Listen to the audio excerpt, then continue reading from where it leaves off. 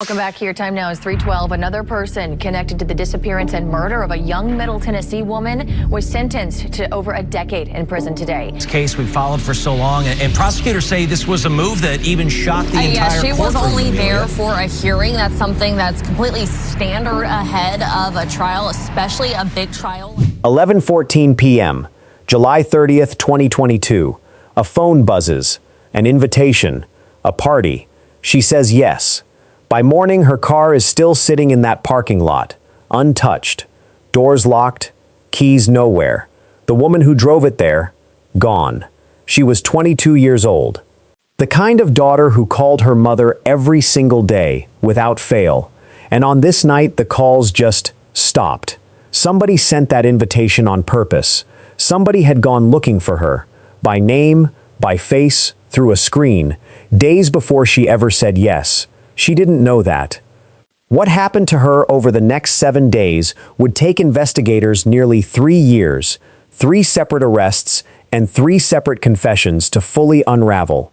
And even then, nobody would ever hear it decided by a jury. Welcome to Deadly Devotion. Today's case, the disappearance of Mya Fuller. Don't forget to subscribe to the channel and let us know in the comments where you're watching from. Now, let's get into it. Mya Fuller grew up in Murfreesboro, Tennessee, a mid-sized city just southeast of Nashville, the kind of place where families know their neighbors, and Friday nights mean high school football under stadium lights. She was 22 years old in the summer of 2022, still living at home with her parents, still tethered to the rhythms of a household that clearly meant everything to her. People who knew her describe a young woman who was, by every account, unremarkable in the best possible way. She wasn't running from anything. She wasn't caught up in anything dangerous. She held down steady work, the kind that put her in the middle of crowds and noise and long shifts, staffing events, moving through the chaos of game days and concerts, the sort of job that puts a person in contact with hundreds of strangers a week and asks nothing more of them than showing up and doing the work. And every single day, without exception, she called her mother. That detail matters more than it might seem to on the surface. In a case that would eventually stretch across nearly 4 years of court dates, arrests, and competing versions of the truth, that one habit, a daily phone call home, became the quiet, human measuring stick against which everything else would be judged. It's the kind of detail investigators lean on when a person vanishes, because it draws a hard line between an adult choosing to disappear and an adult who has been taken. Mya Fuller didn't miss those calls. Not by choice, anyway. On July 30th, 2022, she was working an event at Geodis Park in Nashville, the home stadium of the city's professional soccer club. It was a workday like countless others before it, long hours on her feet, the kind of shift that ends with a person wanting nothing more than to go home, shower, and sleep. But the night before that shift, something had happened. Nothing dramatic by the standards of everyday life. A disagreement, a confrontation, words exchanged with a woman she didn't know well. In the moment, it would have carried the weight of any minor conflict between near strangers. Uncomfortable, forgettable. The kind of friction that dissolves by morning because neither person has any real reason to think about the other again. Mya had no way of knowing that the woman she'd clashed with the night before was about to become the single most consequential person in the remaining hours of her life. After her shift ended on the 30th, she went home to Murfreesboro, and that night, a message arrived. An invitation. Not from a stranger, not from an unknown number, from someone extending what looked, on its face, like an ordinary night out. A rap showcase. A club called Island Vibes on Antioch Pike in Nashville. The kind of casual, low-stakes plan that gets made and unmade 1,000 times a week among people in their 20s. She said yes. There was no reason not to. At 11:14 p.m., she pulled into the lot at Island Vibes, parked her car, a gray 2020 Toyota Camry, and walked inside, into the noise and the lights and whatever the rest of that night was supposed to hold for her. She never walked back out to that car. What should have been an unremarkable Saturday night the kind that ends in tired laughter and a drive home, became instead the final hours of her life, though no one watching her walk through those doors could have possibly known that yet. Her car sat in that parking lot for hours. Then for a full day, untouched, doors locked, no sign of forced entry, no sign of a struggle near the vehicle itself, just a car with nowhere to go and no one coming back for it. Her family noticed first, the way families always do, a call that didn't come, a text that went unanswered. A silence that, for most people, might mean nothing, a dead phone battery, a spontaneous decision to stay somewhere overnight. But for a young woman who called home every single day without fail, that silence meant something had gone badly wrong. They reported her missing. And then came the part of this story that every family in this position knows and dreads in equal measure: the waiting, the searching, the posting of her photo across every platform they could reach, the pleading with strangers online for any scrap of information, any sighting, anyone who might have seen her leave that club or get into a car that wasn't hers. Murfreesboro is not a small town, and Greater Nashville is smaller than it feels when you are trying to locate one specific person inside it, especially when that person has vanished without a struggle, without a witness, without a single clean lead.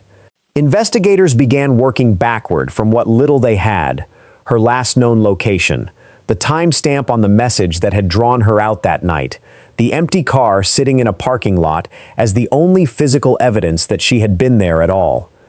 In those first days, none of it added up to anything conclusive.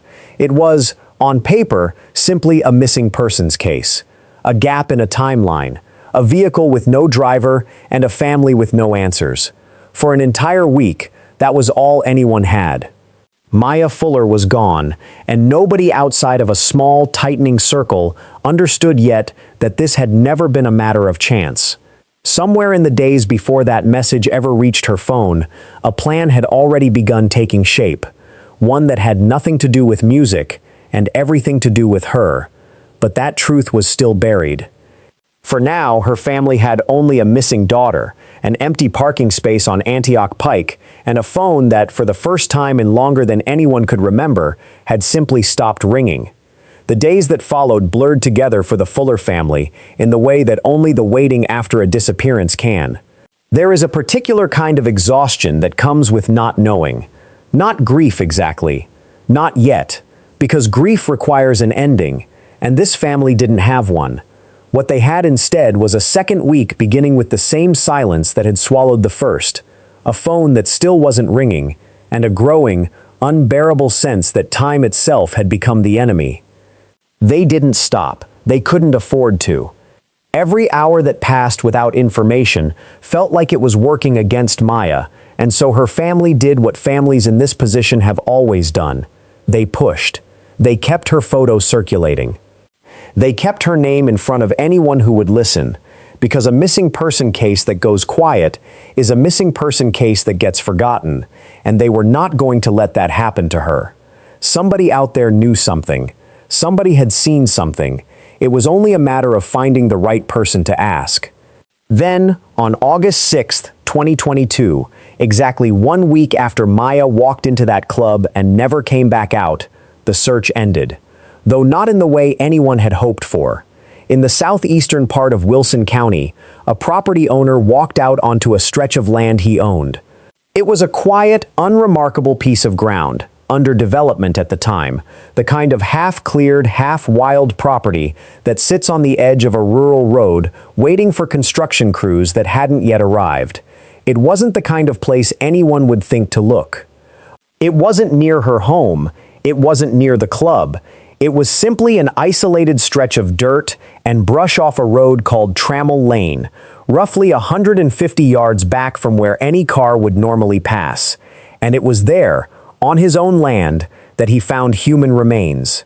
What followed happened quickly, in the clinical, procedural way that these moments always do once the call goes out. Investigators arrived. The area was secured, and the Wilson County Sheriff's Office began the process that no family ever wants to be on the receiving end of, confirming an identity. The remains were Mya's, For her family, that single piece of information ended one kind of nightmare and opened another. The searching was over. The not knowing, in the broadest sense, was over. But in its place came a set of facts that were almost impossible to absorb.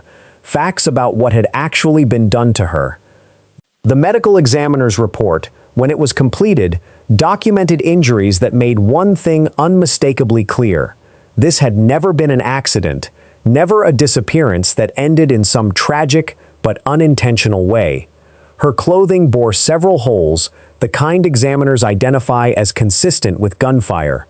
The official findings noted that she had been shot at least twice, with damage to her ribs and her leg, and that investigators had recovered one bullet from the scene. Later, when the case reached a courtroom, prosecutors would describe the number differently, testifying that she had been shot 7 times. The exact count would remain, in a sense, unresolved between the written report and the spoken testimony that came years later. But the discrepancy in that number didn't change the conclusion either version pointed to. However many times she was shot, 1 bullet or 7, the outcome was the same, and so was the truth investigators now had to reckon with. This had not been an accident. This had not been a robbery gone wrong, or a stranger's random act of violence in the dark. Someone had taken her life deliberately, and someone had chosen this remote, half-built stretch of land as the place to leave her. For Mya's family, the question they had been living inside for 7 straight days changed in an instant. It was no longer where is she, it was now the far heavier, far more permanent question of who did this to her, and why. What came next was, from the outside, almost nothing. For close to a year, the public heard little to no new information about the case. Detectives declined to share details. Officially, investigators would only say the case remained open. To anyone watching from a distance, it might have looked like the case had gone cold, like so many others do. Another name added to the long list of unsolved violence that fades from headlines and public memory alike. But that silence was misleading. Behind it, the work never stopped. Eventually, more than 50 law enforcement personnel would be tied to this investigation in some capacity. Officers from the Wilson County Sheriff's Office working the case day in and day out.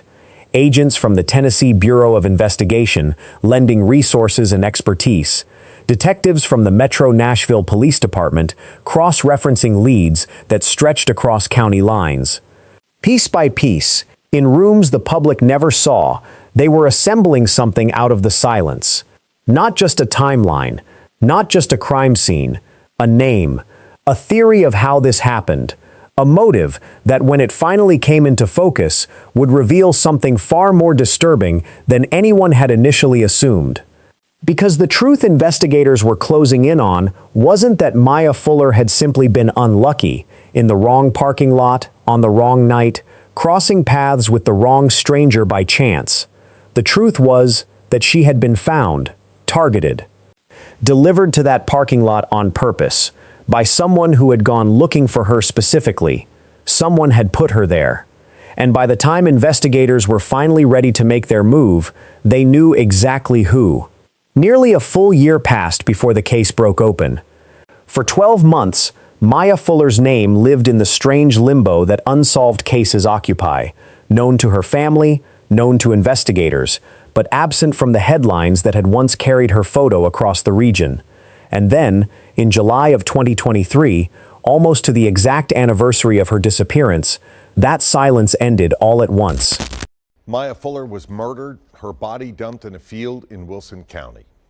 Now, more than a year after her body was found, a trial date is set for the 3 suspects in this case, and tonight our Nick Barris shares exclusive details on evidence in a case that even today remains open.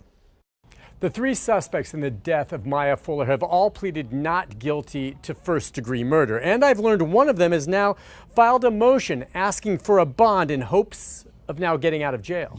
3 arrests, 3 names that had never before been connected, publicly, to Mya Fuller's death. Tiana Tipton, 21 years old, her brother, Tyshawn Bowles, 20 years old, and a third suspect, Lamyra Pipkins, listed in some court records under the name Lamyra Dixon, also 20 years old. All three from Nashville. All three, until that moment, strangers to the public watching this case unfold from the outside. What investigators laid out wasn't a story of random violence, a stranger crossing paths with the wrong person on the wrong night. It was something far more calculated and far harder to comprehend. This had been planned. The origin of that plan, according to investigators, traced back to something almost mundane, an argument. Tiana Tipton had clashed with a woman days before Mya's death, a dispute that, on its face, carried none of the weight of what would follow. But Tipton's brother, Tyshawn Bowles, knew about that argument. And rather than letting it fade the way most minor conflicts do, he decided to act on his sister's behalf. He went looking, not in person, not by asking around in the neighborhood, but online, scrolling through Instagram, searching until he found the woman his sister had fought with. Her name was Mya Fuller. He found her page. And by whatever combination of misidentification, assumption, or deliberate targeting investigators would later piece together, he settled on her as the person responsible for the altercation with his sister. He told others as much, that this was the woman. Then he crossed a line that no stranger, no acquaintance, no distant social media connection should ever cross. He messaged her directly. He extended an invitation. Come to a party. Come to Island Vibes. To Mya, reading that message on her phone after a long shift at work, it would have looked like exactly what it claimed to be, a low-stakes, casual night out. Nothing about it would have raised a single alarm. There was no reason for her to suspect that the person inviting her wasn't simply someone extending a friendly gesture, or that the party itself wasn't the point at all. Because to Bowles, that invitation wasn't really about music, or a night out, or anything resembling a genuine social gathering. It was a mechanism, a way to draw a specific person to a specific place at a specific time, so that his sister could be there too. This is the detail that transforms this case from tragedy into something colder, something far more disturbing to sit with. Mya Fuller wasn't unlucky. She wasn't simply present at the wrong club on the wrong night, crossing paths by chance with people who meant her harm. She was found, searched for, identified by name and by face through a screen, days in advance, and then deliberately delivered into the presence of the people who would ultimately end her life. There is a particular kind of horror in that distinction, the idea that the ordinary tools of everyday life, a social media page, a direct message, an invitation that looks like nothing more than a friendly gesture, could be turned into the exact mechanism of someone's death. It's the kind of detail that makes a case like this resonate far beyond the borders of Wilson County, because it forces an uncomfortable question onto anyone listening. How would you know? How could anyone tell the difference between a genuine invitation and a trap built to look exactly like one? On July 20th, 2023, the three suspects appeared together for the first time in a Wilson County courtroom. Tiana Tipton, Tyshawn Bowles, Lamyra Pipkins. Three people, sitting in the same room, facing the consequences of a plan investigators say had been set in motion nearly a year earlier. All three pleaded not guilty. The charges laid out against them were severe, and they reflected the different roles each of them was accused of playing that night. Tiana Tipton and her brother Tyshawn Bowles were both charged with first-degree murder, kidnapping, and abuse of a corpse. Lamyra Pipkins faced her own set of charges: first-degree murder in perpetration of a kidnapping and kidnapping. Three separate sets of charges, three separate legal futures, all of them now tied permanently to a single night in a parking lot on Antioch Pike, and to the choices each of these three people made in the hours and days leading up to it. For Mya's family, sitting through that hearing and hearing three not guilty pleas entered back to back, there could have been no illusions about what came next. This wasn't the end of anything. It was, in the truest sense, only the beginning of the fight for whatever justice the legal system could still offer them. A fight that would stretch on for years, through separate courtrooms, separate trial dates, and separate reckonings for each of the three people who had taken their daughter from them. Inside Island vibes, the night unfolded the way any ordinary night out unfolds. Music, noise, people moving through a crowded room. Mya had no reason to feel unsafe. She had come for a party. What she didn't know was that the person who invited her had already set something in motion the moment she said yes. At some point that night, she left the club and stepped out into the parking lot with Tiana Tipton. What happened next took only minutes, but it would define the rest of Mya's life and the rest of her family's. She was attacked by Tipton, by Lamira Pipkins, two people who, prosecutors say, had been waiting for exactly this opportunity. Tyshawn Bowles would later describe what he witnessed that night to detectives. He said he watched the assault happen. He said he heard his sister say 4 words that would end up sitting at the center of the entire case against all 3 of them. Pop the trunk. He told investigators he didn't actually see Mya being placed inside the vehicle. He said that afterward, he followed his sister's car through the streets, until, at some point, he lost sight of it in the dark and gave up the pursuit. Whatever happened between the moment that trunk closed and the moment the car reached its final destination remains known, in full, to only one person. Tiana Tipton drove that car out of Nashville and into Wilson County, toward Trammell Lane, toward the same undeveloped stretch of land where Mya's body would eventually be discovered. And there, prosecutors say, she shot Mya Fuller and left her among the trees. It would be nearly a week before anyone found her. A week where her family didn't know whether she was alive, injured, or already gone. A week of waiting by a phone that never rang with the answer they needed. When investigators finally pieced together Bowles' version of events, the picture that emerged was damning in its own way, even without a weapon in his hand. He hadn't stumbled into this by accident. He had searched for her, found her, delivered her, by invitation, to the exact place where his sister was waiting, and when the violence began, he stood close enough to watch it happen, and, by his own account, far enough away to claim he didn't know what came after. Whether that distinction carried any real weight would ultimately be left for a courtroom to decide. But for Mya's family, it changed nothing about what they had lost. Their daughter was gone, and whatever justice existed for what had happened to her was still years away. Nearly 3 years after Mya Fuller's body was found on Trammell Lane, the case finally began moving toward resolution. Not all at once, but one defendant at a time, in a sequence no one fully saw coming. March 11, 2025, Wilson County Criminal Court. 1 week before her trial was scheduled to begin, Tiana Tipton did something that caught even prosecutors off guard. She pleaded guilty. Not to a reduced charge, not to a negotiated deal, to everything.